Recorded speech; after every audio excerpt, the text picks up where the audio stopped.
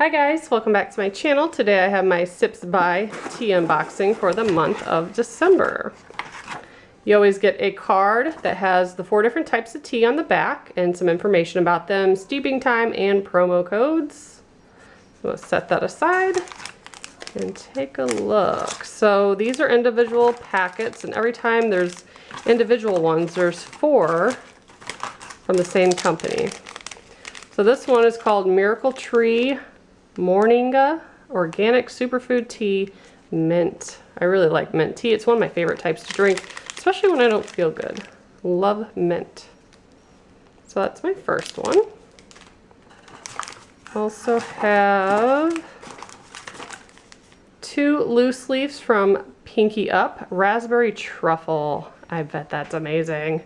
Yerba mate with chocolate and almonds. Sounds yummy. Also have Comfort and Joy from the Republic of Tea. There's 4 of those. Holiday Blend.